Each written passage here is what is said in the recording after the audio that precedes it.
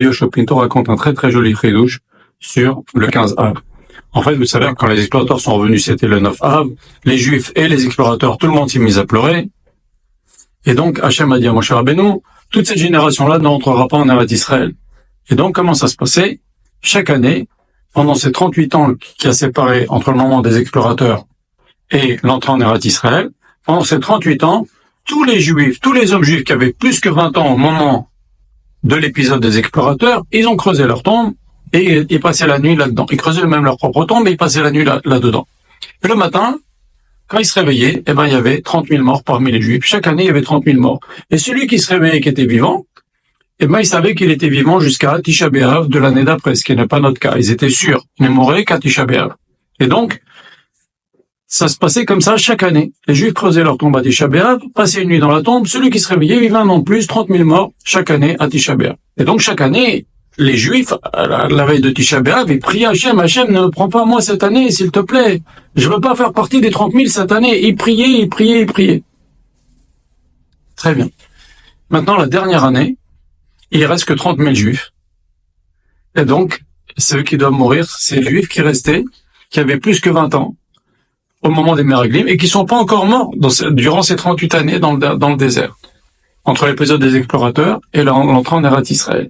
C'est vrai qu'on est resté 40 ans entre l'épisode des explorateurs et l'entrée en Eretz Israël, et c'est passé 38 ans. Très bien. Alors, qu'est-ce qu'ils ont fait? Ils ont prié aussi. Ils ont prié, ils ont creusé leur tombe, ils ont prié très fort. Ils ont dit ça, normalement, nous, on doit y aller, là.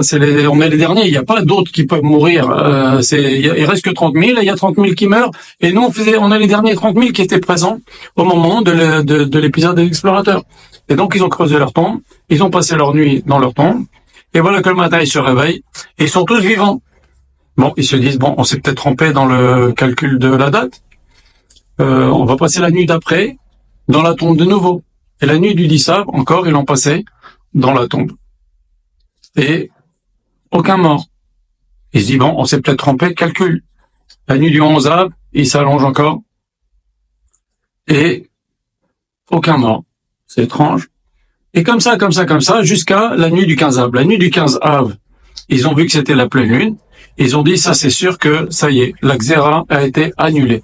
Et à partir du moment où la Xéra a été annulée, ces Juifs-là qui étaient pourtant dans la Xéra, la décision d'Hachem de les faire mourir dans le désert, ces 30 000 derniers Juifs, qui ont passé depuis déjà 38 ans, chaque année ils creusent leur tombe, chaque année ils prient, et chaque année ils s'en sont sortis. Et même cette année-là où ils étaient condamnés, puisque c'était les derniers 30 000, ils ont prié et ils s'en sont sortis.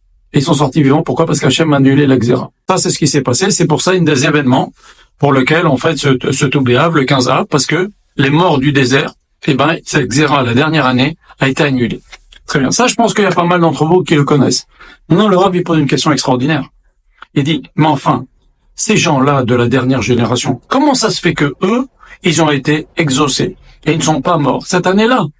Parce que chaque année, la nuit de Tisha B'Av, tous les Juifs creusaient leur tombe, et tous les Juifs priaient, Hachem, ne me prends pas cette année, tu vas prendre 30 000. Prends pas. On était toujours à peu près 600 000, mais ne me prends pas. De ceux qui restaient de cette génération-là qui était présent au moment des Meraglim, chaque année, quand ils creusaient leur tombe, ils disaient, Hachem, ne me prends pas cette année. Et Hachem, il prenait quand même 30 000 chaque année. Mais là, eux, ils ont prié, et aucun d'entre eux n'est mort. Qu'est-ce qui s'est passé cette dernière année dans leur prière? Comment ça se fait que Hachem, il a écouté la prière des derniers? Eux, ils devaient mourir aussi. Pourquoi Hachem, il a pris les 30 000 chaque année? Pourtant aussi, ils ont prié ces 30 000 chaque année qui mouraient. Et eux, les derniers 30 000, ils ont prié, et Hachem, il les a exaucés, il les a pas fait mourir. Et le Rav, il répond une réponse extraordinaire. Dans les 38 années, quand les Juifs priaient à Tisha B'Av pour ne pas mourir, ils disaient, c'est vrai, il y a une bonne chance que je meure pas, puisqu'on est beaucoup. Hachem va prendre que 30 000, donc ça peut être moi, mais ça peut être un autre. Il y a de fortes chances que ça peut être plein d'autres aussi. J'ai une chance assez minime de mourir, une chance importante de pas mourir. De toute façon, il y en a beaucoup. Il va prendre que 30 000. Donc, pourquoi ça tombera sur moi? Peut-être ça tombera pas sur moi. Donc, ils priaient, mais ils priaient pas comme ceux de la dernière année. Ceux de la dernière année, il restait 30 000, et chaque année, c'était les derniers 30 000. Eux, ils étaient condamnés. C'était pas, peut-être Hachem va prendre un autre. C'était les derniers. Les derniers qui avaient vécu l'épisode explorateur et qui n'étaient pas encore morts. Donc eux, ils savaient que c'était fini pour eux.